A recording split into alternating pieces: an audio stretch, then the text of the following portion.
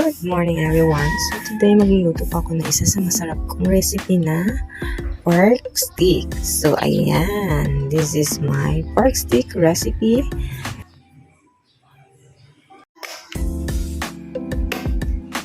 So I have 3/4 kilo pork chop.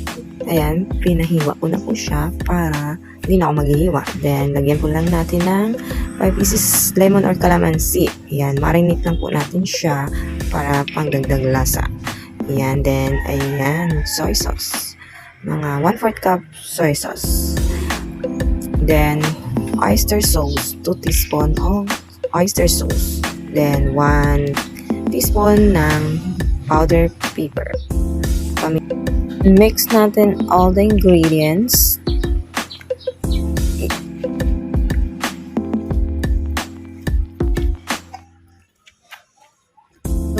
Mix lang po natin siya para mahalo po natin yung sauce at kumapit sa ating karne. Marinate po natin siya at least 2 hours. Depende sa inyo kung nagmamadali kayo.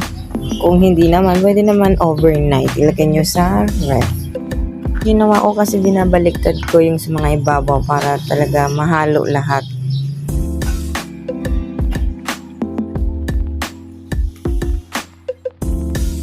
Then, preheat lang tayo ng pan at lagyan ng mantika.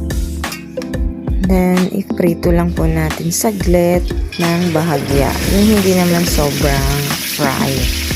At least mga 3 minutes back to back. Ayan, fried lang.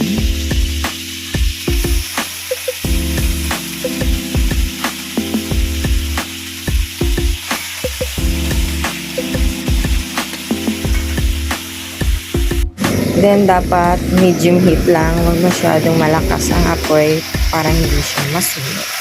So, balik ka rin lang natin siya mga 10 seconds. Ayan, para hindi po siya masunog.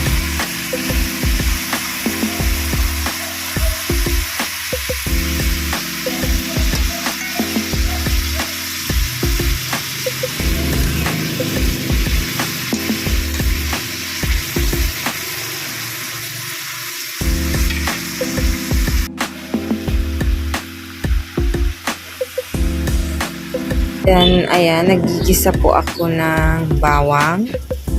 Yung pinagamitan kong mantika, yung pinagprituhan ko lang.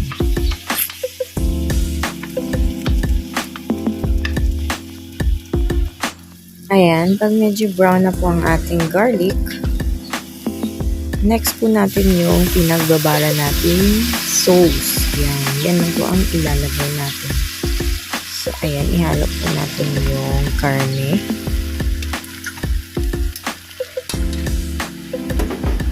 Add 2 cups of water. Teaspoon of mang tomas. So this is my secret ingredients here. Optional lang po ito. Then cover po natin. Add pork cubes.